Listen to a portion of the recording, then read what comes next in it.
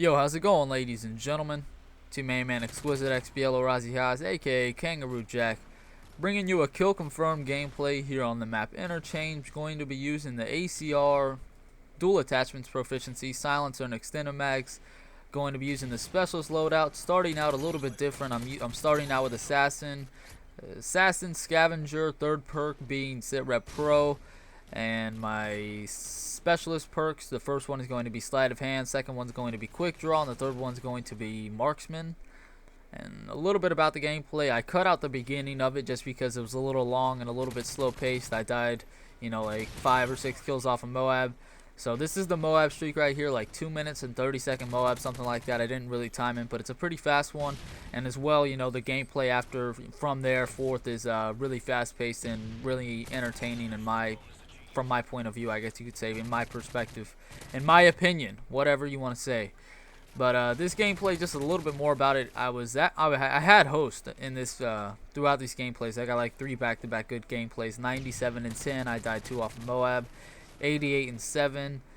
And I had host, and I didn't experience lag compensation one time, and people complain about it. And this was like, I was killing people so fast, like it was like I was a second ahead of everybody. It's like they weren't shooting back. And I'm going to talk about this gameplay. The topic for it's going to be that don't judge a player by his gameplays. You should judge a player by the people he plays against. And it kind of goes against what I'm going to be talking about from this gameplay, because I was playing against idiots. End of story. Like, these guys weren't good. Actually, one of them was good, and he was running dead silence. He managed to go positive, but the rest of them were complete shit. But what I'm really trying to get at is when you see people getting like 100 kill games with specialists and stuff like that, majority of the time you watch the gameplay and of course you're like, he's a good player. If anybody gets 100 kills with specialists, they're a good player. But what it really means is that the people that he is playing against are incredibly bad. And when you watch a gameplay and you're like, are these enemies oblivious to what's happening around them? Like, of course there's flank routes and like catching people off guard like I did right there. But when you see running head on towards an enemy, you see somebody running head on towards an enemy, and the enemy's just like, he's shooting a circle around him.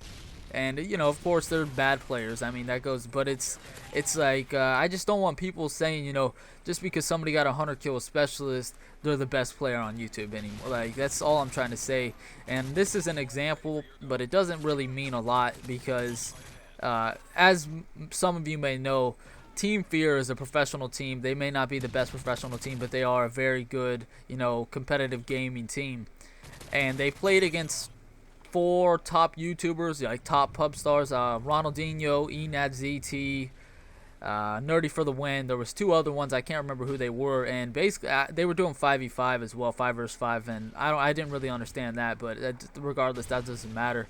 And they got destroyed. Like, I didn't watch it all. I just watched one game, and basically Fear, it was a 4v5, 4 on Team Fear, and 5 public pub stars, public match stars, and they had kill streaks on. And Team Fear, I don't know if they were running kill streaks, and they were just messing around, but they made the pub stars look like shit. And there's a reason for that as well, because professional players, competitive players know the routes of the game types that they're playing, kill confirm, search and destroy, whatever it may be.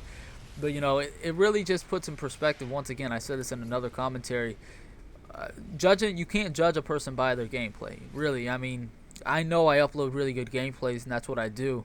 And some of you have seen me in a competitive scene, and not all of my gameplays are against idiots like I'm playing against right now. And I'm trying to think of what I should say. I guess I'm humble enough to admit when I play against stupid players, and I'm may not be the best player on YouTube, but I'm definitely one of the, I would say I'm in the top tier. I don't know how many people are in the top tier, but I am up there. But just don't judge a player by his best gameplay. It's all about luck. It really is. It's about how the connection's gonna be. For one, the better connection you have, the better you do in Call of Duty. That's my verdict. That opinion will never change. I don't care lag compensation or anything like that. The better connection you have, the better you do in Call of Duty.